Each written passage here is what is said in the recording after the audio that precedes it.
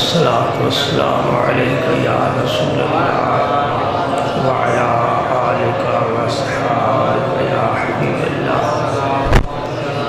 الصلاة والسلام عليك يا رحمة للعالمين وعلى آلك وأصحابك يا شفيع المذنبين. الصلاة والسلام عليك يا خاتم النبيين وعلى آلك وأصحابك يا محبوب رب العالمين. الحمد لله نحمده ونستعينه ونستغفره ونؤمن به ونتوكل عليه ونعوذ بالله من شرور أنفسنا ومن سيئات أعمالنا. من يهده الله فلا مضل له ومن يضلل فلا هادي له. وأشهد أن لا إله إلا الله وحده لا شريك له. وأشهد أن سيدنا وسندنا وحبيبنا ونبينا ورسولنا وكريمنا وشفيعنا وملجأنا ومأوانا محمدا عبده ورسوله الذي أرسله الله بالحق بشيرا ونذيرا وداعيا إلى الله بإذنه وسراجا منيرا.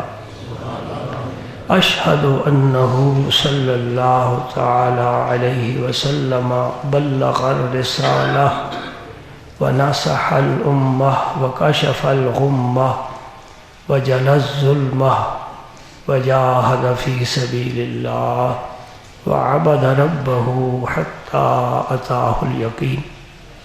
اللهم صل على سيدنا محمد وعلى آل سيدنا محمد وبارك وسلم.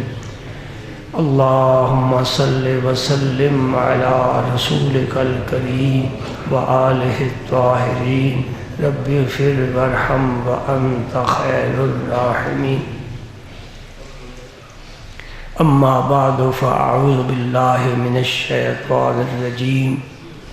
بسم الله الرحمن الرحيم. إن الله وملائكته يصلون على النبي يا أيها الذين آمنوا صلوا عليه وسلموا تسليما. اللهم صل وسلم على رسولك الكريم وآله الطاهرين. رب اغفر وارحم وأنت خير الراحمين. اللهم صل وسلم على رسولك الكريم وآله الطاهرين. رب اغفر وارحم وأنت خير الراحمين. اللهم صل وسلم على رسولك الكريم وآله الطاهرين. رب اغفر وارحم وأنت خير الراحمين. شاہ است حسین.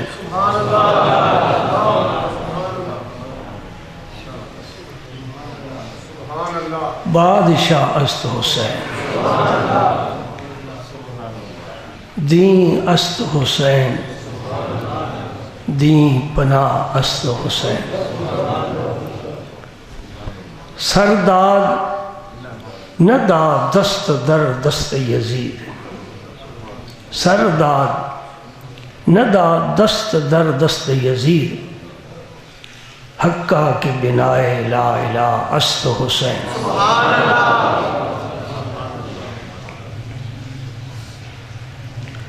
صدق خلیل بھی ہے عشق. صدق خلیل بھی ہے عشق. صبر حسین بھی ہے عشق. صدق خلیل بھی ہے عشق. صبر حسین بھی ہے عشق. معرکہ وجود میں بدر و حنین بھی ہے عشق. آیا نہ ہوگا اس طرح رنگ و شباب ریت پر، کربلا کی ریت،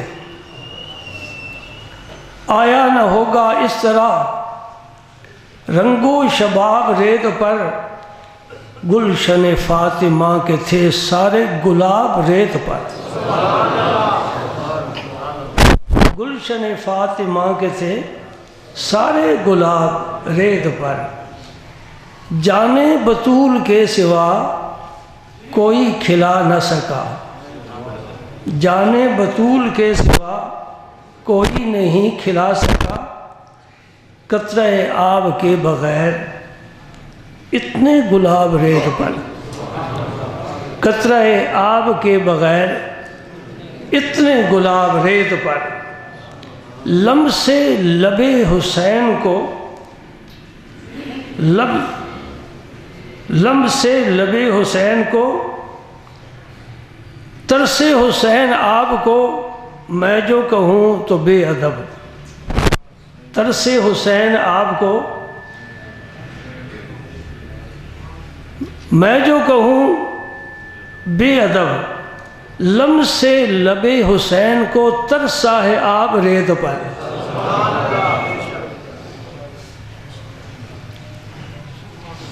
لمس لب حسین کو ترسا ہے آپ ریت پر، کوئی نہ لکھ سکا،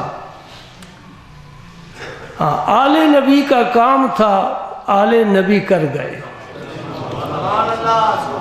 آل نبی کا کام تھا آل نبی کر گئے، کوئی نہ لکھ سکا ادیب ایسی کتاب ریت پر، کوئی نہ لکھ سکا ادیب ایسی کتاب ریت پر، انتہا کر دی۔ سنو، عشق میں کیا لٹائیے، عشق میں کیا بچائیے، عشق میں کیا لٹائیے، عشق میں کیا بچائیے، سارا نصاب آل نبی نے لکھ دیا ہے ریت پر، کربلا کی ریت سے پوچھو عشق کی دنیا میں کیا لٹانا ہے کیا پانا ہے۔ دوستو، آج 10 محرم ہے اور یہ بڑی پرانی تاریخ رکھتا ہے۔ اس کی تاریخ حضرت موسیٰ علیہ السلام سے شروع ہوتی ہے۔ حضور نبی کریم صلی اللہ علیہ وسلم جب ہجرت فرما کر مدینہ منورہ تشریف لائے، وہاں زیادہ آبادی یہودیوں کی تھی، اور اس 10 محرم کو یہودی روزہ رکھا کرتے تھے۔ حضور نے پوچھا کہ 10 محرم کو روزہ کیوں رکھتے ہو، اس دن کی کیا خصوصیت ہے تمہارے نزدیک؟ یہودیوں نے کہا جب موسیٰ علیہ السلام اپنی قوم کو لے کر فرعونیوں سے نجات دلانے کے لیے سمندر پر پہنچے تو سمندر کو حکم دیا، اللہ کے امر سے وہ رک گیا، راستے بن گئے، ہم خیریت سے پار چلے گئے۔ چونکہ وہ 10 محرم کا دن تھا، 10 محرم کا دن تھا، بنی اسرائیل نے ظلم و ستم سے نجات پائی اور خیریت سے فرعونیوں سے پاک ہوئے۔ فرعون غرق ہوا، اس کی فوج قوم تباہ و برباد ہوئی۔ اس خوشی میں موسیٰ علیہ السلام نے بھی روزہ رکھا، ہم بھی روزہ رکھ رہے ہیں اور رکھتے رہیں گے۔ اور 10 محرم کا روزہ ہی اس امت میں پہلی مرتبہ واجب ہوا ہے۔ رمضان کے روزے بعد میں فرض ہوئے ہیں، صرف 10 محرم کا روزہ اس امت میں واجب ہوا ہے۔ اور جب یہ آیت کریمہ نازل ہوئی، فمن شاہد منکم الشہر فلیصم ہو، جو رمضان کا مہینہ پائے تو وہ رمضان کے روزے رکھے، پھر وہ 10 محرم کے روزے کی فرضیت ختم ہوئی، لیکن استحباب باقی ہے۔ یعنی اگر 10 محرم کو کوئی روزہ نہیں رکھتا گناہ گار نہیں، اگر رکھے گا ثواب پائے گا۔ چنانچہ نبی پاک صلی اللہ علیہ وسلم خود بھی روزہ رکھا اور صحابہ کرام کو بھی فرمایا۔ جب وہ فرضیت منسوخ ہوئی اس کے بعد آپ حکم نہیں فرمایا کرتے تھے، کچھ صحابہ رکھ لیا کرتے تھے، کچھ نہیں رکھتے تھے، تاکہ اس کے استحباب کی صورت کو قائم رہے۔ یہ تو تھا 10 محرم کا تصور بنی اسرائیل کا، اور پھر تاریخ جب آگے بڑھی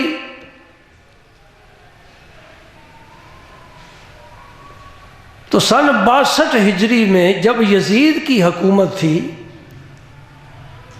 حضرت امام علی مقام امام حسین نے اپنی قربانی پیش کی اور ایک مثال قائم کر دی۔ تاریخ میں ایسی مثال نہیں ملے گی، اور اس کی خبر نبی کریم صلی اللہ علیہ وسلم نے اس دن عطا فرمائی جس دن ابھی حضرت امام حسین پیدا بھی نہیں ہوئے۔ خواب دیکھا حضرت عباس رضی اللہ تعالی عنہ کی زوجہ محترمہ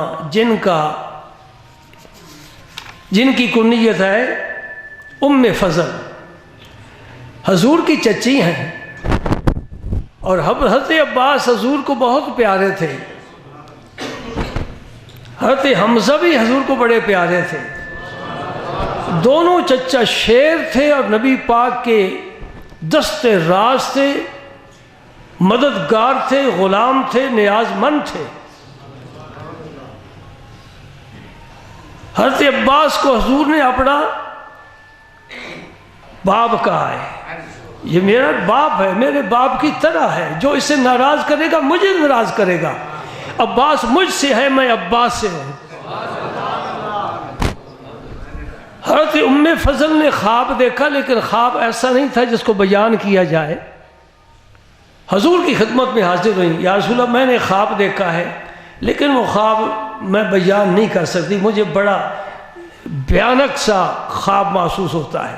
حضور نے فرمایا نہیں بیان کرو، خواب کی ظاہری صورت کچھ بھی ہو اس کے پیچھے تعبیر ہوتی ہے، تعبیر دینے والا جیسی تعبیر دے دے۔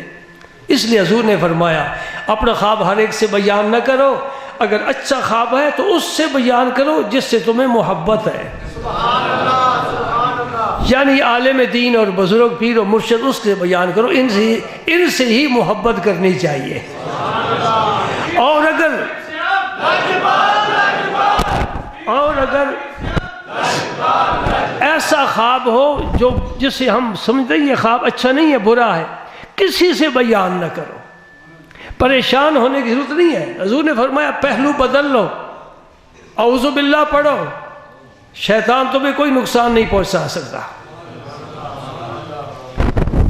ام فضل نے جو خواب دیکھا حضور کی خدمت میں بیان کرنے کے لیے حاضر ہوئیں۔ حضور نے فرمایا کہ خواب بیان کرو، یا رسول انہو شدید، وہ بڑا سخت خواب ہے، میں برداشت نہیں کر سکتی کہ بیان کرو۔ فرمایا بیان کرو، وما ہوا، وہ کیا خواب ہے؟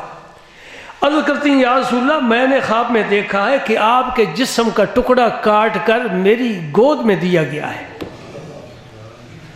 رأیت کرنا قطعۃ من جسد کا قطعت و وضعت فی حجری، میرے پہلو میں دیا گیا، میری گود میں دیا گیا آپ کے جسم کا ٹکڑا، اس کا کٹنا یہ میرے لیے ناقابل برداشت تصور ہے۔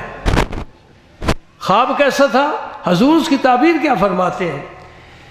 قال رسول اللہ صلی اللہ علیہ وسلم رأیت خیراً، ام فضل تو نے اچھا خواب دیکھا ہے، تو جسے حلم منکرن کہہ رہی تھی نا کہ ایسا خواب ہے جو اچھا نہیں ہے، نہیں، رأیت خیراً، تو نے اچھا خواب دیکھا ہے۔ تالد فاطمۃ انشاءاللہ غلامن یکون فی ہجرک، میرے جسم کا ٹکڑا کٹتا ہوا دیکھا ہے نا، تو میں اس کی تعبیر بتاتا ہوں، میری بیٹی فاطمہ کے ہاں بیٹا ہوگا اور وہ بیٹا تیری گود میں دیا جائے گا۔ سبحان اللہ۔ تو فاطمہ بھی میرے جگر کا ٹکڑا ہے، اس کا بیٹا جو ہوگا اس کی اولاد وہ بھی میرے جسم کا ٹکڑا ہے۔ رأیت خیراً، تو نے اچھا خواب دیکھا ہے۔ امام حسن پیدا ہو چکے تھے، امام حسین کی ولادت قریب تھی۔ حضرت ام فضل فرماتی والد فاطمہ تو اللہ پاک نے فاطمہ کو فرزند عطا فرمایا اور اس کا نام حضرت علی المرتضیٰ نے رکھا حرب، جنگ۔ چونکہ یہ میدان کے آدمی تھے، گھر میں زندگی گزارنا پسند نہیں تھی، رگوں میں خون بڑا تیزی سے جوش مالتا تھا اور بڑا گرم تھا، اور یہ خون سارے کا سارا خدا کی قسم اسلام کے لیے استعمال ہوا ہے۔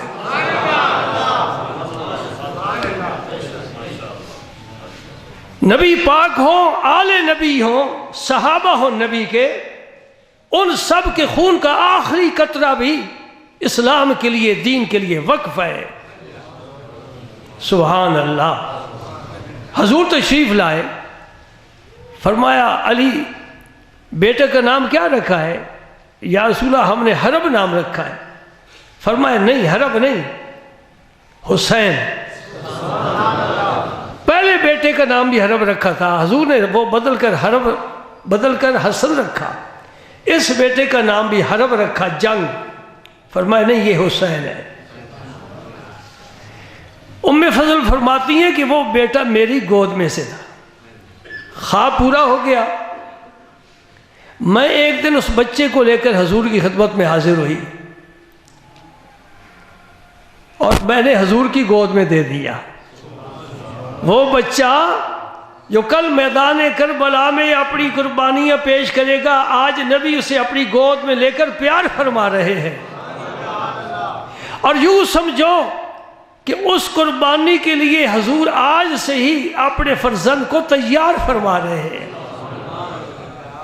یہ جو محبتیں فرمائی نا، کبھی کندھے پر بٹھانا، کبھی سجدوں کو لمبا کر دینا، کبھی سینے سے لگانا، کبھی زبان چوسنے کے لیے دے دینا تاکہ پیاس بجھ جائے، یہ سارے آثار بتاتے تھے کہ اللہ کا رسول انہیں ایک اپنے دین کی خدمت اور قربانی کے لیے تیار کر رہا ہے۔ اور میں نے بارہا آپ سے عرض کیا ہے اور گزشتہ جمعے بھی بات کی ہے، اللہ کو بھی اپنا دین پیارا ہے، اللہ کے رسول کو بھی اپنا دین پیارا ہے۔ اور میں آپ کے گوش گزار یہ بات کرنا چاہتا ہوں، دل میں جگہ دو، لکھ لو لوح قلم پر، جس کے دل میں دین کی محبت ہوگی، قبر میں فرشتوں کے سوال کا جواب وہی دے سکے گا۔ دین سے پیار کرو، اسے سمجھو۔ آج کا دن ہمیں یہ سبق دے رہا ہے کہ اگر وہ نازک بدن خاک کربلا میں خون میں لت پت ہیں تو اس لیے تاکہ پوری دنیا کو مثال کے طور پر اپنی زندگی اور اپنی قربانیاں پیش کریں اور بتائیں کہ ہم جتنے قیمتی ہیں، رب کا دین اس سے بھی زیادہ قیمتی ہے۔ راحت کی زندگی کسے پسند نہیں؟ آرام کون نہیں چاہتا؟ آسودگی ہر ایک کی خواہش ہے۔ یہ جو قافلہ مدینہ پاک سے کوفے کی طرف جا رہا ہے، کیوں جا رہا ہے؟ لوگوں نے ایک رنگ اور دے دیا، دنیا کے مزاج بدل گیا، ذہن بدل گئے، سوچیں بھی متعفن ہو گئی، فکر بھی غلیظ ہو گئی۔ میرے لفظ زیادہ ناگوار تو نہیں گزر رہے ان لوگوں کے جنہوں نے کہا کہ امام علی مقام کا یہ سفر اور یہ یزیدیوں کی کارروائی یہ ایک سیاسی مسئلہ تھا۔ انہوں نے آج کی سیاست کو پیش نظر رکھ کر اس سارے واقعہ کو اس سیاست کی نظر کر دیا۔ میرے دوست، میں تجھے بتانا چاہتا ہوں، آج کی سیاست اور نبی کی سیاست میں زمین و آسمان کا فرق تھا۔ آج کی سیاست آپ سمجھتے ہیں، اور نبی کی سیاست جس نے ریاست اسلامیہ کی بنیاد رکھی اور یثرب کو مدینہ بنایا، اور حضرت عمر فاروق نے 22,000 مربع میل تک اس سیاست کو پاک کر کے پھیلایا۔ میں نے بتایا کہ سیاست رسول وہ ہے کہ عمر فاروق کے دور میں 1,000 اور کچھ مسجدیں آباد ہوئیں، یہ سیاست رسول ہے۔ اور مسجد کو مٹانا یہ آج کی سیاست ہے، مسجدوں کو ویران کرنا آج کی سیاست ہے۔ امام حسین نے جب وہاں کربلا میں انہیں مجبور کر دی گیا، ڈیرہ ڈال دیا، تو ایک شاعر تھا جو اہل بیت کا بڑا ہی محب تھا، اس کا نام تھا فرزدق۔ اس نے اہل بیت کی شان میں بڑے بڑے قصیدے اور بڑے بڑی کام کی باتیں کی ہیں، حتیٰ کہ ایک مرتبہ حضرت امیر معاویہ کی ملاقات کے لیے گیا تو انہوں نے پوچھا تو علی کے بارے کیا خیال رکھتا ہے؟ بڑے نازک مقام پر نازک سوال کیا گیا۔ امیر معاویہ اور حضرت علی کے درمیان اختلاف ہوا، وہ اختلاف بھی ہم اس کو پاکیزہ اختلاف کہیں گے، جس لیے کہ دونوں صحابی ہیں۔ ایک وہ صحابی ہے جو نبی کا داماد ہے، اور ایک وہ صحابی ہے جس کی بہن نبی کے ازواج میں شامل ہے۔ بات سمجھے نہیں سمجھے؟ حضرت امیر معاویہ کی ہمشیرہ ام حبیبہ حضور کے ازواج میں شامل ہے۔ ابو سفیان کی بیٹی، تو جس کی بہن گھر ہو وہ کیا لگتا ہے رشتے میں؟ سمجھتے نہیں سمجھتے؟ جس کی بہن گھر ہو وہ کیا لگتا ہے رشتے میں؟ وہ گھر میں شامل ہے کہ نہیں؟ غمی خوشی میں آئے گا کہ نہیں آئے گا؟ یہ الگ مسئلہ ہے۔ فرزدق سے پوچھا علی کے بارے میں تو کیا خیال رکھتا ہے؟ فرز نے بڑی جرأت سے اپنے دل کے جذبات خیالات ظاہر کیے۔ حضرت علی جیسا کوئی بہادر میں نے نہیں دیکھا، علی جیسا کوئی علم والا میں نے نہیں دیکھا، علی جیسا۔ تو حضرت امیر معاویہ بڑے ٹھنڈے مزاج سے سنتے رہے۔ جب وہ اپنی گفتگو ختم کر چکا تو حضرت امیر معاویہ نے فرمایا فرزدق خدا کی قسم علی ایسا ہی ہے، خدا کی قسم علی ایسا ہی ہے جیسا تو کہہ رہا ہے۔ سبحان اللہ۔ اور دوستو تمہیں اندھیرے میں رکھا گیا ہے، میں تمہیں بتاتا ہوں البدایہ والنہایہ کیا لکھتے ہیں۔ فرماتے جب امیر معاویہ کو حضرت علی المرتضیٰ کی شہادت کی خبر پہنچی، گھر بیٹھے سے خدا کی قسم آنکھوں سے آنسو جاری ہو گئے۔ یہ دشمنی ہے، عداوت ہے نہیں، تاریخ کا یہ قدرت کی تقدیر کا ایک فیصلہ تھا، اور وہی فیصلہ میں عرض کرنا چاہتا ہوں۔ کربلا میں جب آپ رک گئے، فرزدق کوفے سے آ رہا تھا، حضرت امام حسین سے ملاقات ہوئی۔ امام علی مقام نے پوچھا ہاں بھائی کوفے میں کیا حالات ہیں؟ بڑے مختصر لفظوں میں، ادیب تھا، شاعر تھا، اس نے جواب دیا، کہا تلواریں بنی امیہ کے ساتھ ہیں اور کوفہ والوں کی زبانیں تمہارے ساتھ ہیں۔ یہ تاریخ اس دن سے چلی آ رہی ہے، زبان کہیں ہوتی ہے، عمل کہیں ہوتا ہے، نہیں جو دل کی بات ہو زبان پر آئے، جو زبان پر آئے وہ دل میں ہو۔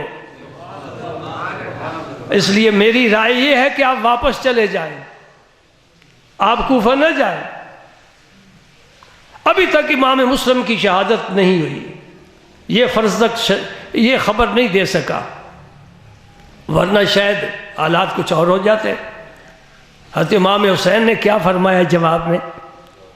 اب معلوم ہے کہ کوفے کی فضا بدل گئی، جنہوں نے کتنے خط لکھے سینکڑوں ہزاروں کہ آپ تشریف لائیں، آپ تشریف لائیں، یہاں تو نظام ہی شریعت کا بدل گیا۔ یزید نے شریعت کا نظام بدلا ہے۔ امام حسین کو خدا کی قسم اقتدار کی خواہش نہیں تھی، وہ چاہتے تھے کہ میری نبی کا دین میری زندگی کے کم از کم سلامت رہے، اور اسی لیے تو اتنی بڑی ہستی نے خراج عقیدت پیش کیا ہے کہ پورا ایران، ساری تاریخ ایران کی، ان کے دادا پر دادا ہزاروں سال کی نسلیں جمع ہو جائیں، خواجہ اجمیری کے اس کلام کے مقابلے میں ایک شعر بھی نہیں کوئی کہہ سکتا۔ ہاں سبحان اللہ، یہ چشتیوں کو شرف ملا ہے، یہ خواجہ غریب نواز کا کرم ہے کہ جنہوں نے کہا شاہ است حسین، بادشاہ است حسین۔ میں آپ سے پوچھتا ہوں بادشاہ مظلوم ہوتا ہے کہ صاحب اختیار ہوتا ہے؟ بات ختم ہو گئی۔ جو مظلوم دکھاتے ہیں میں انہیں کہتا ہوں شاہ است حسین، بادشاہ است حسین، دو لفظ ہے، معنی ایک ہے۔ اس کا کیا معنی ہے؟ اس دنیا میں شاہ ہیں، اس دنیا میں بادشاہ ہیں، دونوں جہانوں کی بادشاہی امام علی مقام کو اللہ کا رسول دے گیا ہے، اپنے کندھوں پر بٹھایا، یہ دنیا کی بادشاہت ہے، اور جنت کے سرداروں کو جوان بنایا، یہ آخرت کی بادشاہت ہے۔ بادشاہ مظلوم نہیں ہوتا، صاحب اختیار ہوتا ہے، اشارہ کرنے کی دیر ہے، زیر و زبر کر کے ملک کو رکھ دیتا ہے۔ بادشاہ مظلوم نہیں ہوتا، اور امام علی مقام نے خدا کی قسم وہ نعمتیں پائی ہیں کہ دنیا کا کوئی شخص تصور بھی نہیں کر سکتا۔ میں آپ کو ایک نکتہ بتانا چاہتا ہوں۔ ایک آدمی بستر علالت پر دراز ہو گیا، بیماری نے اس کو گھیر لیا، بیماری بڑھتی گئی، علاج معالجے ناکام ہو گئے، آخر آنکھیں بند ہو گئی، گھر والوں پر کوہ علم ٹوٹا۔ اللہ کا نبی کیا فرما رہا ہے؟ وہ فرماتا ہے اس کی میں جو ماضی میں اس سے کوتاہیاں ہوئی ہیں، گناہ ہوئے ہیں، رب نے اس پر بیماری مسلط فرما کر اسے پاک کر دیا ہے، پاک کر کے لے جا رہا ہے۔ یہ بشارت ہے اس بیمار کے لیے، اس بیمار کے لیے بشارت ہے کہ ہو سکتا ہے تیرے کچھ گناہ ایسے ہوں جو تیرے علم میں بھی نہ ہوں، بھول چکا ہو۔ اللہ کا نبی فرما رہا ہے تجھے بشارت ہے، مومن ہے، دنیا سے جائے گا تو پاک ہو کر جائے گا، آخرت میں تو اس سے اب نہیں پوچھا جائے گا۔ یہ نقطہ بتانا چاہتا ہوں، امام حسین کے کچھ درجے ایسے تھے جو طے کرنے والے ابھی باقی تھے۔ سمجھے نہیں سمجھے؟ امام حسین کے اور اہل بیت کے کچھ روحانی مقامات طے کرنے والے ابھی باقی تھے۔ رب نے کربلا کی مشکل میں ڈال کر ان کو بہت بلند مقامات عطا فرمایا۔ جی سبحان اللہ۔ فرزدق نے کہا میری رائے ہے کہ آپ واپس چلے جائیں۔ امام حسین نے قرآن پاک سے، اللہ پاک فرماتے ہیں لن یصیبنا الا ما کتب اللہ لنا ہوا مولانا، آدمی کو وہی کچھ پہنچتا ہے جو رب کا تقدیر کا قلم لکھ چکا ہے، رب کا قلم لکھ چکا ہے، وہی کچھ ہو کر رہتا ہے۔ جی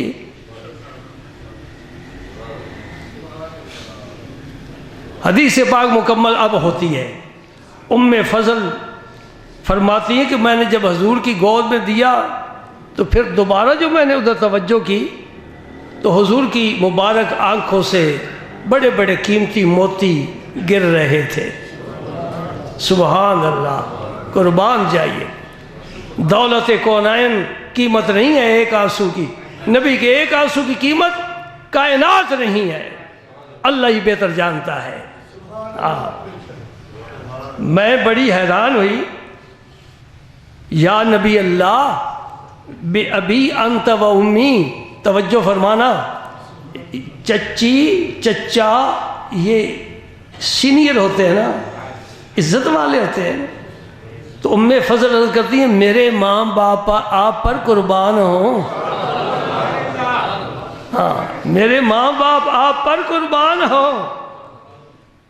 مالک یا رسول اللہ، یہ آنسو کیسے ہیں؟ یہ تو خوشی کا مقام ہے نا، ایسا پیارا فرزند آپ کی گود میں ہے جس کی پیشانی سے صداقت ٹپکتی ہے، امانت کا نور چہرے پر ہے، عاشق ہے رب کا، آپ رو رہے ہیں۔ فرمایا ابھی ابھی میرے پاس جبریل امین آئے ہیں، اتانی جبریل فاخبرنی، اس جبریل نے مجھے آ کر خبر دی ہے ان امتی ستقتل ابنی ھذا، اے میرے ربی اس تیرے فرزند کو تیری امت ہی شہید کرے گی۔ یہ پیدا ہونے کے ساتھ ہی خبر شہادت کی بھی مشہور ہو گئی۔ اور پھر حضور نے فرمایا میرے پاس کربلا کی سرخ مٹی بھی جبریل لایا ہے، اس نے مجھے دکھایا، یہ ہے مٹی۔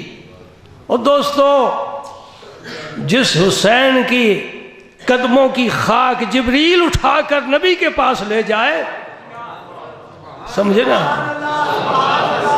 معمولی بات نہیں ہے۔ کربلا کی مٹی جبریل اٹھا کر رسول پاک کی خدمت میں، جبریل کے ہاتھ میں ہوگی نا مٹی، سبحان اللہ، کبھی وہی لاتا ہے، کبھی کربلا کی مٹی لاتا ہے۔ اب سمجھ میں یہ نہیں بات آتی نہ تو حضور نے دعا کے لیے ہاتھ اٹھایا یا اللہ میرے بیٹے کو امتحان سے بچا لے، اور نہ ہی خاتون جنت نے عرض کی، نہ علی المرتضیٰ نے، اور نہ ہی افراد خانہ میں سے کسی نے، نہ صحابہ میں سے کسی نے یہ دعا کے لیے نہیں کیا حضور آپ دعا فرمائیں۔ کیا وجہ ہے؟ ابھی تک وہ لوگ ہیں جو کہتے ہیں نبی کچھ نہیں اختیار رکھتا، اگر اختیار ہوتا تو حسین کو بچا لیتا۔ آئے ہیں ایک شخص کل کہنے لگا کہ میں نے ایک تقریر مولوی کی سنی ہے، وہ کہتا ہے نبی کسی کو ہدایت نہیں دے سکتا، نبی کسی کو ہدایت نہیں دے سکتا، اگر دے سکتا ہوتا تو ابو طالب کو بھی ہدایت دیتا۔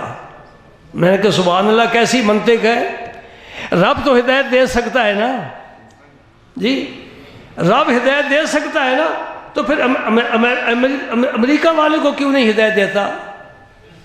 ابو جہل کو کیوں نہیں ہدایت دی؟ اللہ اکبر اللہ اکبر، کسی نے دعا کے لیے نہیں عرض کیا۔ دوستو سمجھو، ایک مقام ہوتا ہے امتحان کا، اس میں امتحان ہوتا ہے تسلیم و رضا کا۔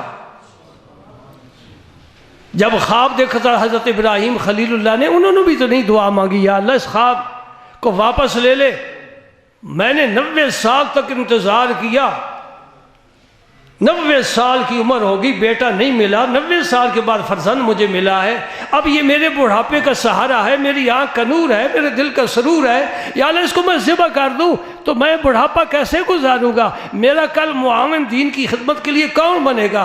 دعا کر سکتے تھے، نہیں یہ دعا نہیں کی۔ کیوں نہیں کی؟ یہ مقام ہے تسلیم و رضا کا۔ اب رب قربانی مانگ رہا ہے، اب عذر ہیلا نہیں، پیش کر دی جائے گی قربانی۔ جن کی نظر لوح محفوظ پر ہے وہ فیصلے دیکھتے ہیں اور اپنا سر جھکا دیتے ہیں۔ سر تسلیم خم ہے جو مزاج یار میں آئے، اس لیے دعا نہیں کی گئی۔ سبحان اللہ۔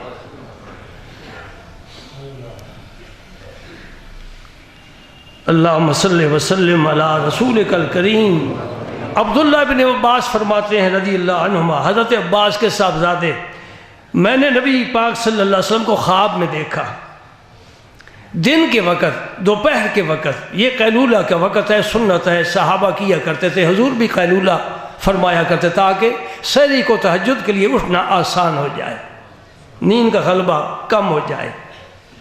اور میں نے دیکھا سرکار کے منہ مبارک گرد آلود ہیں، ان پر مٹی بڑی ہے، بہت زیادہ آپ کے منہ مبارک گرد آلود ہے، اور آپ کے دست مبارک میں ایک شیشی ہے جس میں خون ہے۔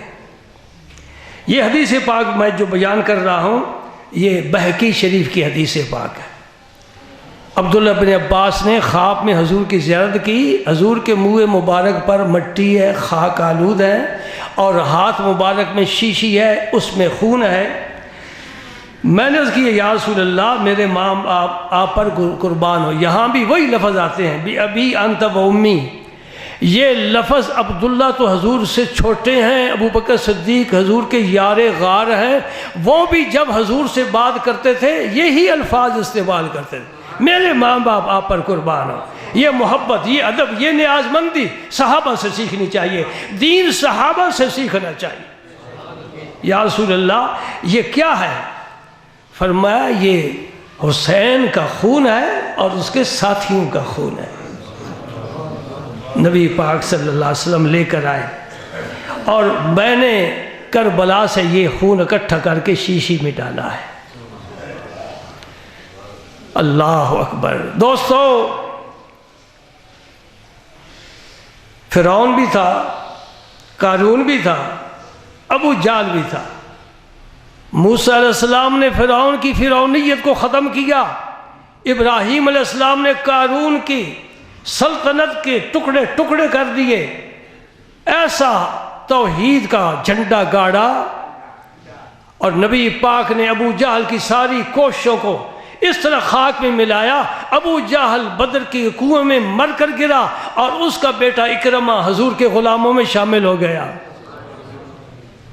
اور پھر جب یزید کا دور آیا، حضرت امام علی مقام نے وہ سنت اپنے نبی کی زندہ کر دی، دین کے خلاف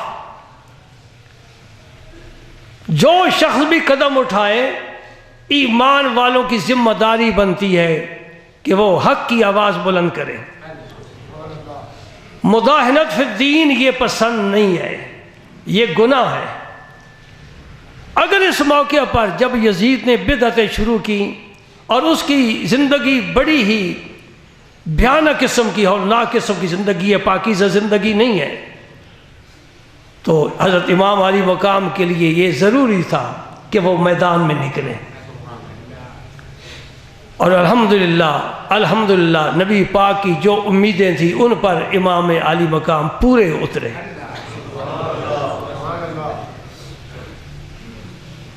میں مجمع سے گزارش کروں گا، اگر آپ کا یہ ذہن ہو کہ ہمیں کربلا کے واقعات سنائے جائیں گے، نظامی مسجد اور قمر علوم سے کبھی توقع نہ رکھنا۔ اگر یہ ذہن ہو کہ اہل بیت کا ذکر قرآن و حدیث سے سنایا جائے، الحمدللہ انشاءاللہ جب تک یہ فقیر زندہ ہے، اس کی آل زندہ ہے، انشاءاللہ اہل بیت کا ذکر قرآن و حدیث سے ہی بیان کیا جائے گا۔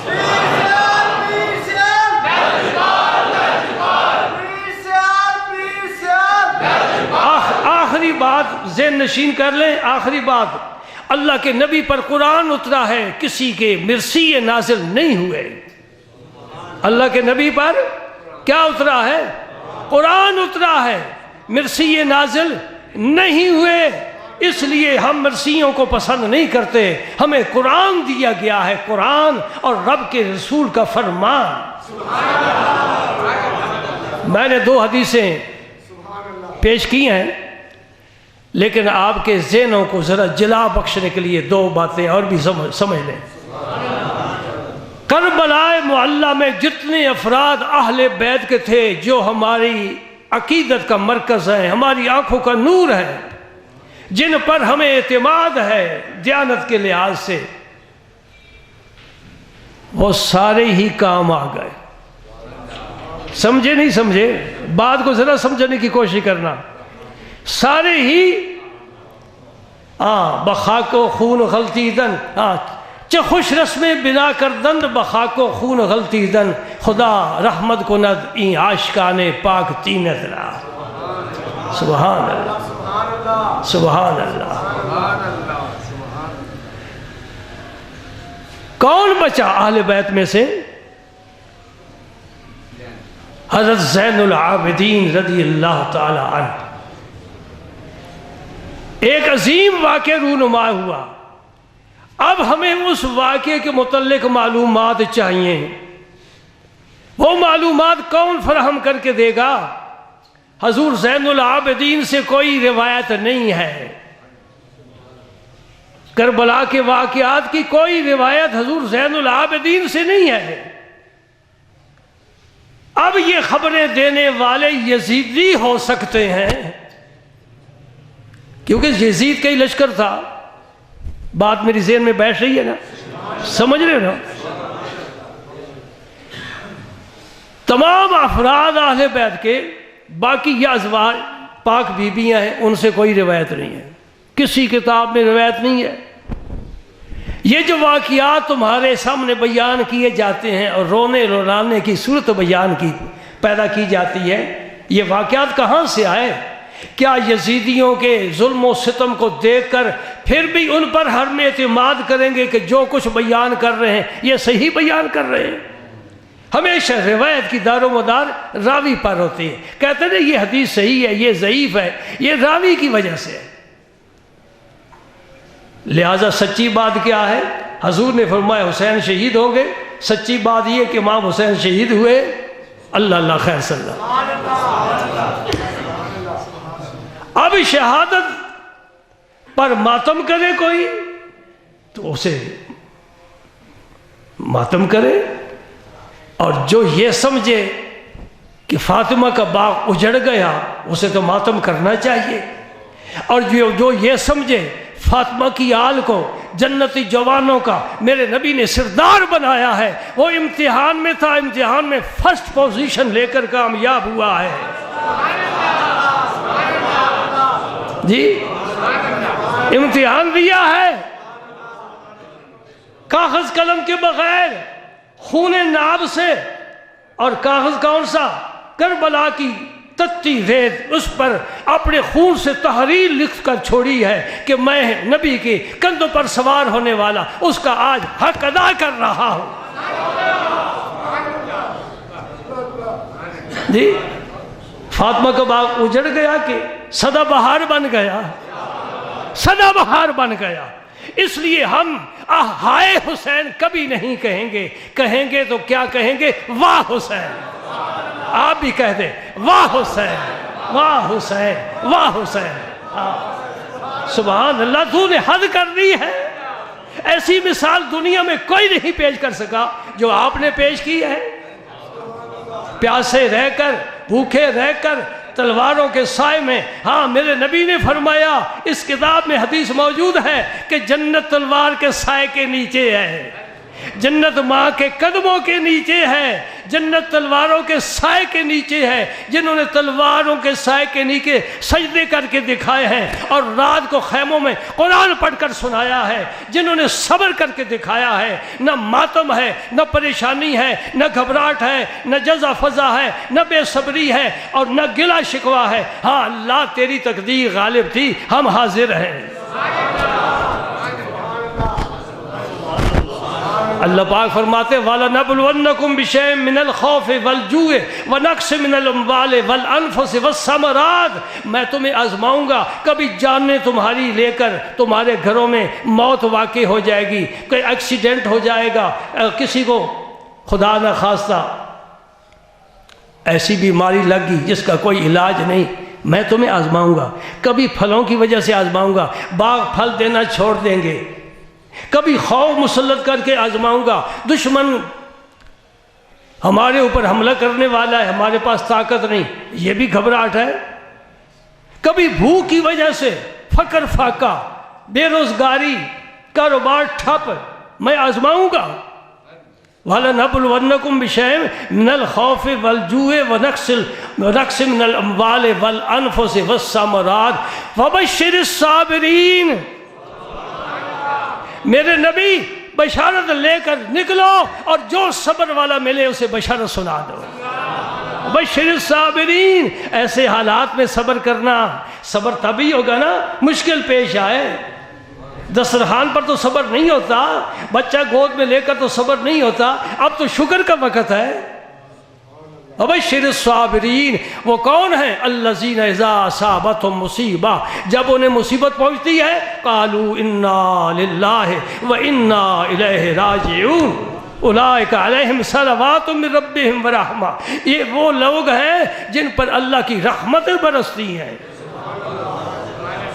سبحان اللہ، ان پر اللہ کی رحمتیں برستی ہیں۔ یہ ساری آیات تم پڑھو اور کربلا کا نقشہ سامنے رکھو، ان پر تو رب کی رحمتوں کی بارش ہو رہی ہے، برکتیں نازل ہو رہی ہیں، جنت میں اعلیٰ مقام حاصل ہو رہے ہیں۔ ہاں کبھی نہ کہنا فاطمہ کا باغ اجڑ گیا، نہیں، فاطمہ کا باغ سدا بہار ہو گیا۔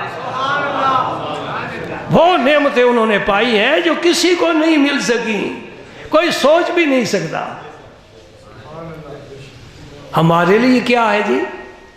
بھئی یہی کسی ماتم قدے میں چلے جائیں، ذرا ان کی زنجیر زنی کو دیکھ لیں، خون سے لت پت ہیں، سینہ کو بھی کر رہے ہیں۔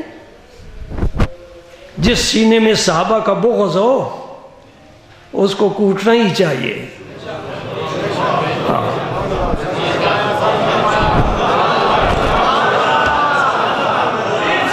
سبحان اللہ،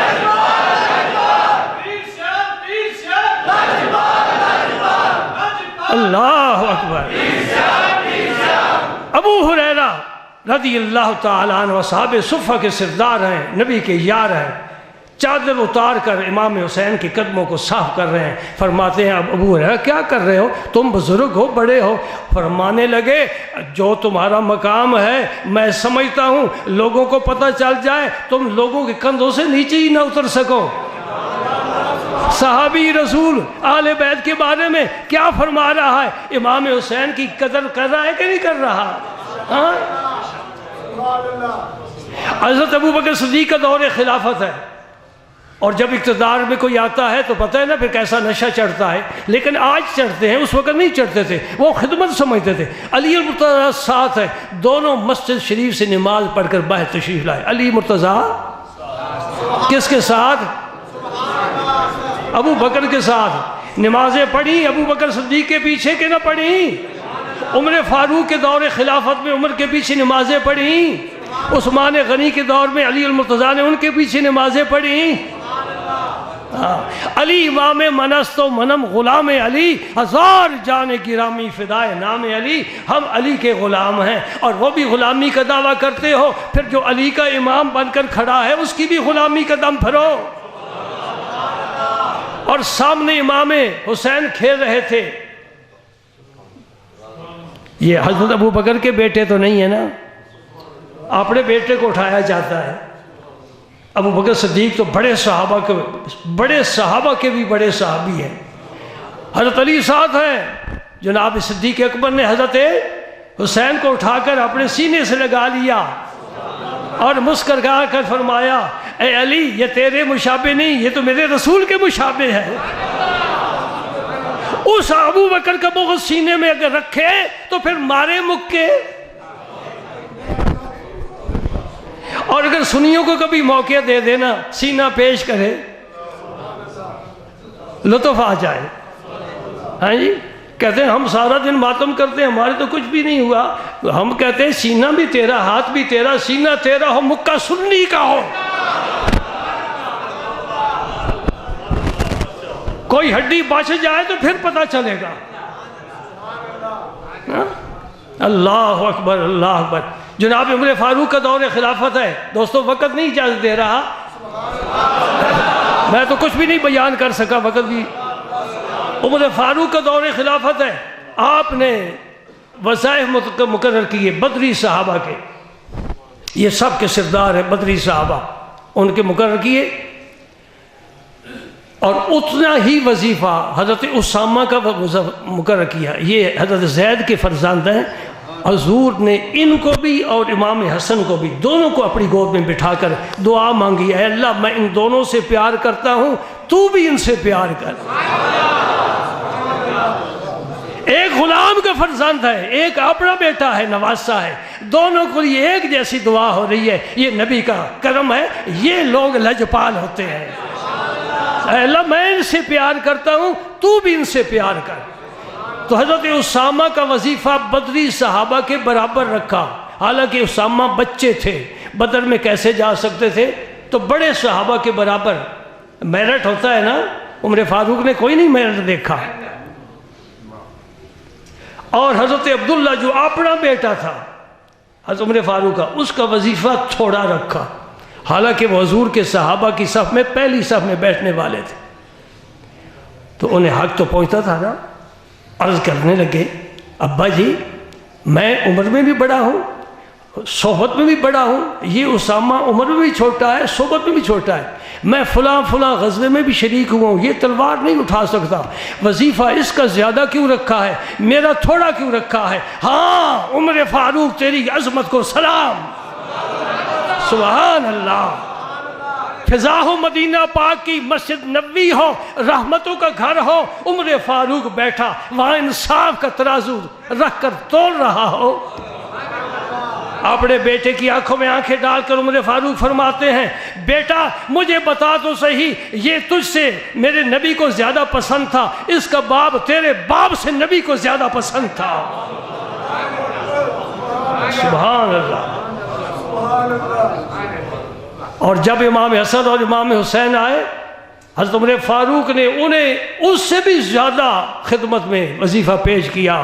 حضرت عبداللہ نے پھر عرض کیا، سننے والی بات ہے.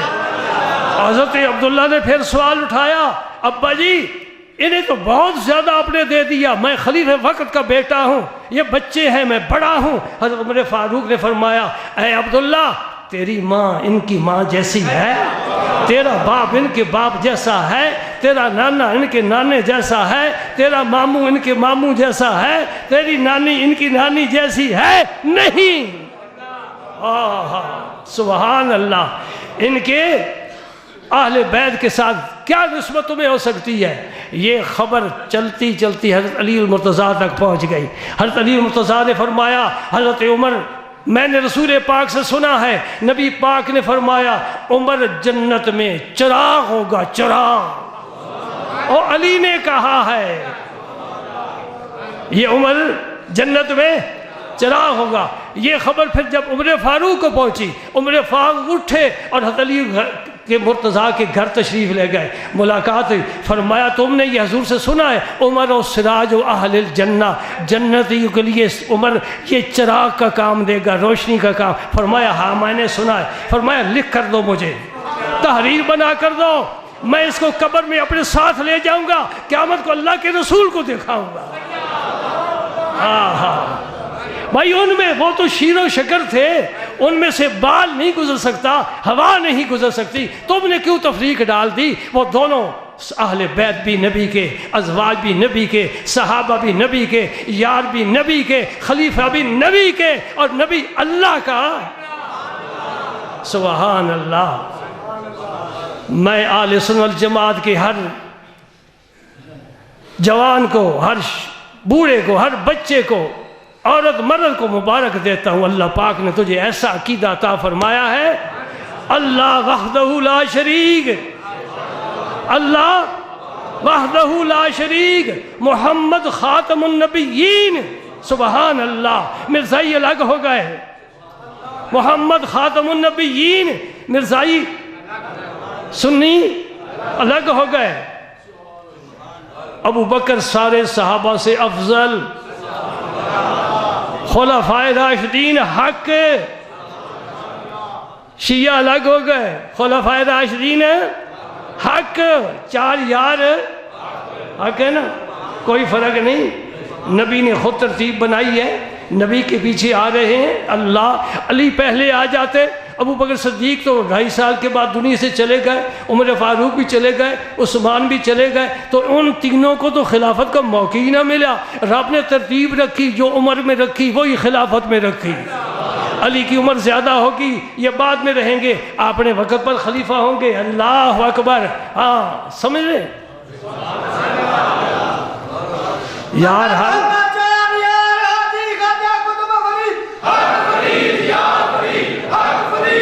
الحمدللہ الحمدللہ الحمدللہ، ہم صحابہ کو بھی مانتے ہیں، ازواج مطہرات کی بھی تعظیم کے قائل ہیں، اہل بیت کے بھی، ان کے بھی نیاز مند ہیں، ان کے بھی نیاز مند ہیں۔ اور بزرگوں کو، ولیوں کو ہم شرک کا اڈا نہیں سمجھتے۔ داتا علی حجویری ہوں، خواجہ اجمیری ہوں، غوث سمدانی ہوں، مجدد الفسانی ہوں، ان کے مراکز کو ہم شرک کا اڈا، وہ الگ ہو گئے، تو بھی الگ ہو جا ان سے، نہ ہاتھ میں ہاتھ ملا، وہ تیرے دشمن ہیں، تیرے ساتھ کو کوئی تعلق نہیں۔ جو داتا کا آستانہ شرک کا اڈا سمجھتا ہے وہ تیرا کچھ نہیں، وہ کلمہ بھی زبان سے پڑھتا ہے، دل میں اس کے عقیدت نہیں ہے۔ ولیوں کا دشمن اللہ کا کبھی دوست نہیں ہو سکتا، سمجھے نا؟ ہم ولیوں کے بھی نیاز مند ہیں، ولیوں کے بھی ائمہ مجتہدین کے بھی۔ اہل حدیث الگ ہو گئے، وہ ائمہ مجتہدین کو نہیں پسند کرتے۔ سنی ائمہ مجتہدین، امام اعظم، امام مالک، امام شافعی، امام احمد بن حنبل، سب کے مقلد، ٹھیک ہے؟ چاروں سلسلوں کے قائل ہے، سنی، چشتیوں کے، قادریوں کے، نقشبندیوں کے، سہروردیوں کے، اویسیوں کے، سب کے قائل۔ الحمدللہ تیرا مسلک تو بڑا ہی اونچا ہے، بڑا ہی اونچا ہے۔ دین دیا ہی ولیوں نے ہے، دین آیا ہی غوثوں کے ہاتھ میں ہے، دین کے سپہ سالار قطب وقت ہے۔ الحمدللہ یہ قطب بھی ہمارے، غوث بھی ہمارے، امام بھی ہمارے، مجتہد بھی ہمارے، نقیب بھی ہمارے، نجیب بھی ہمارے، شہید بھی ہمارے، الحمدللہ۔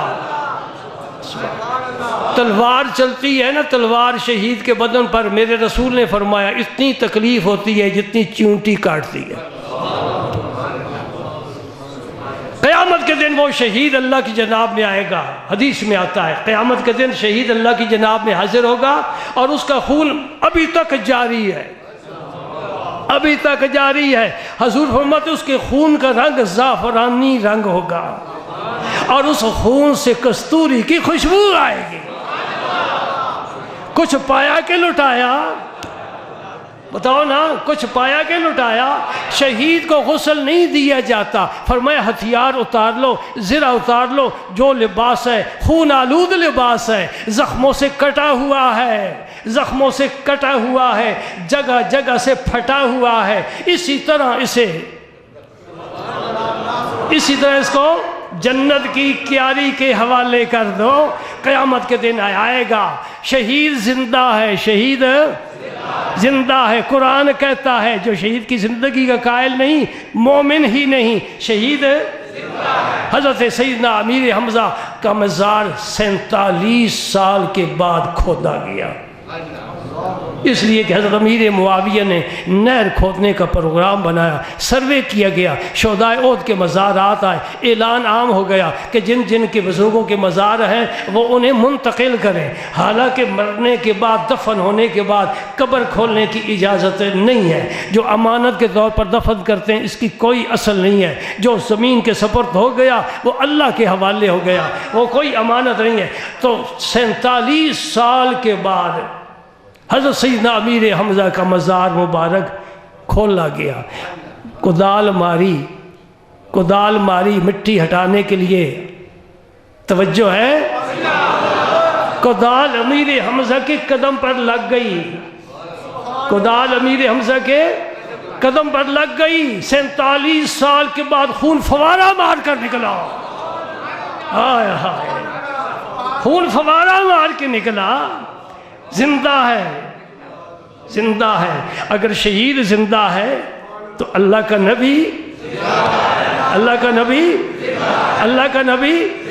تو زندہ ہے واللہ، تو زندہ ہے واللہ، میرے چشم عالم سے چھپ جانے والے۔ یہ گجرات کی نحوست ہے اس مولوی کی جس نے یہ پہلے آواز اٹھائی تھی کہ نبی معاذ اللہ زندہ نہیں ہے، یہ مماتی تمہارے شہر میں ہیں، اور یہیں سے یہ نحوست پھیلی ہے پوری دنیا میں، جہاں جہاں بھی پھیلی ہے۔ نبی کو زندہ نہیں مانتے۔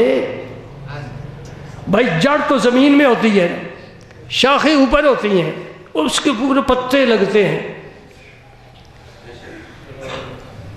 پتے خشک ہو جائیں، شاخیں خشک ہو جائیں تو جو زمین کے اندر ہے اس کے متعلق فیصلہ کرنا آسان ہے نا، کہ وہ جڑ خشک ہو گئی، جڑ خشک ہو گئی، شاخیں خشک ہو گئی، پتے خشک گئے، نہ پھول آئیں گے نہ پھل آئے گا۔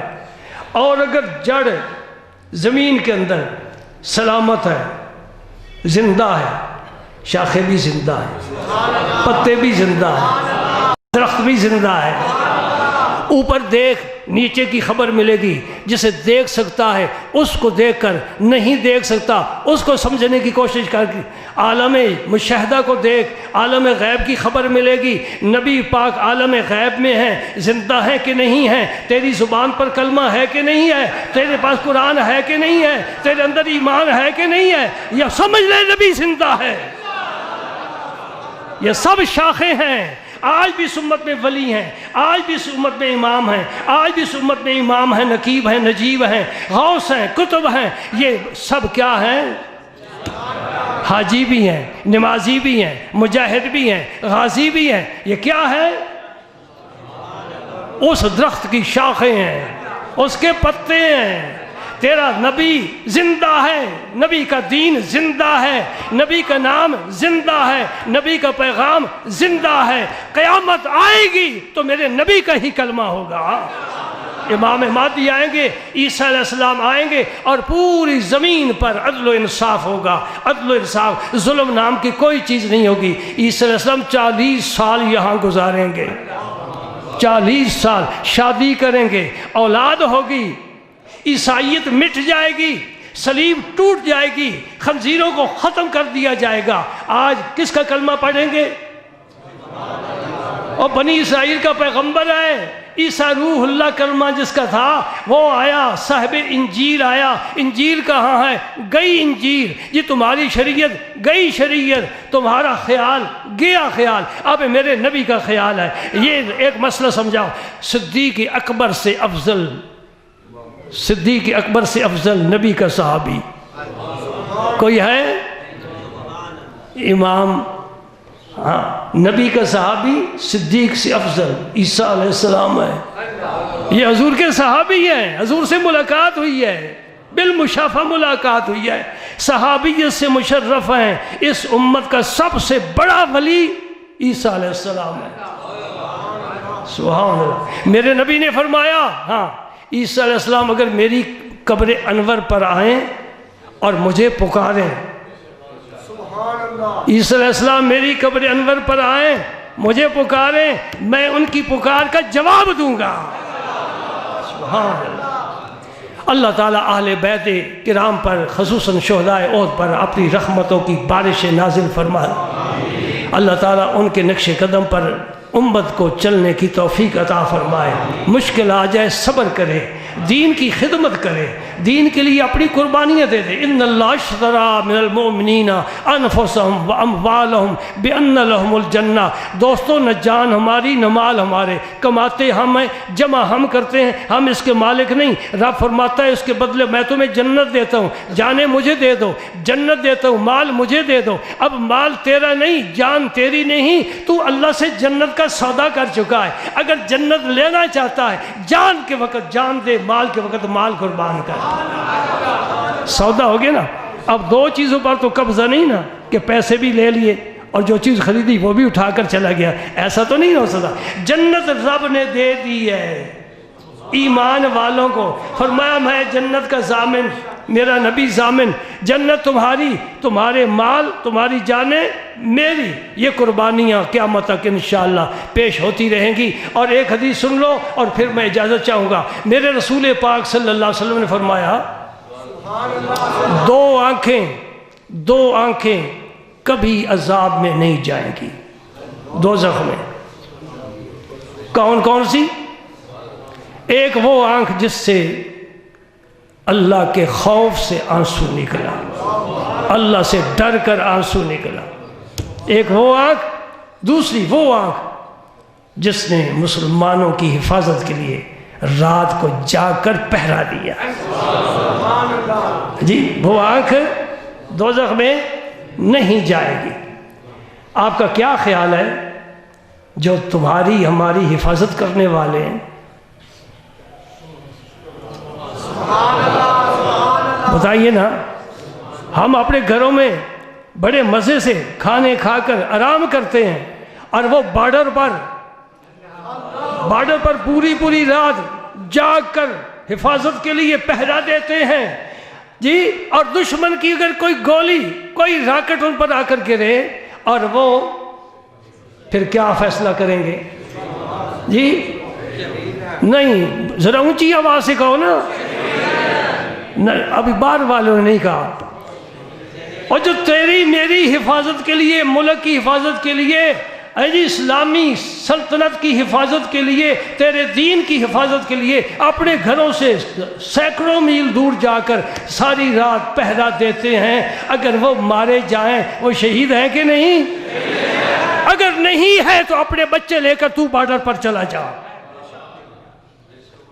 تو اپنی بیوی بچوں کو لے کر بارڈر پر چلا جا کہ تم جاؤ، ہم یہاں مریں گے تو شہید ہوں گے، تم شہید نہیں ہے۔ نہیں، جو نبی کا کلمہ پڑھتا ہے ظلماً مارا جاتا ہے، خدا کی قسم وہ شہید ہے، اور شہید زندہ ہے۔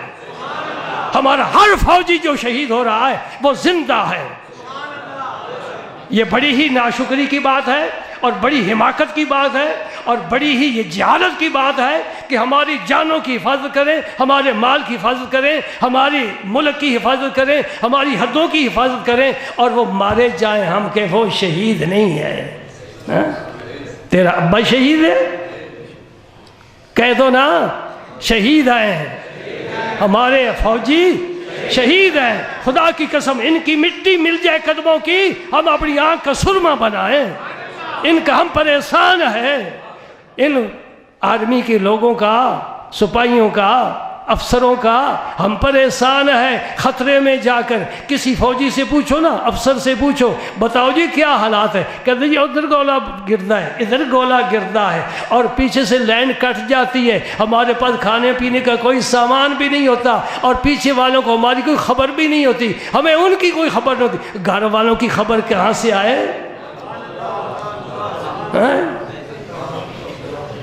سبحان اللہ۔ میں نے اپنے ایک عزیز ہیں میجر صاحب، ان سے کہا کہ اگر فوجیوں کو یہ سبق بھی دیا جائے نا کہ تم دین اسلام کی سر بلندی کے لیے میدان میں جا رہے ہو تو بڑا اچھا ہے۔ انہوں نے کہا بالکل یہ سبق ان کو دیا جاتا ہے، اور جب یہ آگے جاتے ہیں نا، ہاں مجھے میری آنکھوں سے آنسو ٹپک پڑے، کہنے لگے جب یہ تیار آگے جاتے ہیں وضو کر کے نفل پڑھ کر جاتے ہیں۔ کیا سوچتے ہیں لوگ؟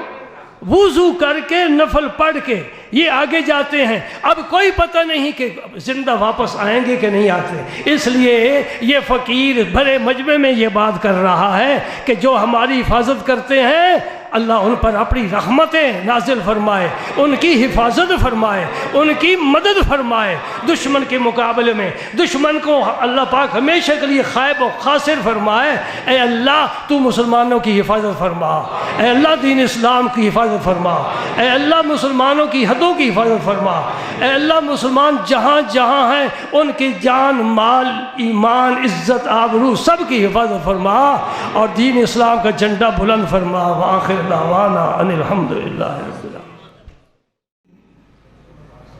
اللہم صلی وسلم علی رسولک الکریم وآلہ الطاہرین، رب اغفر وارحم وانت خیر الراحمین۔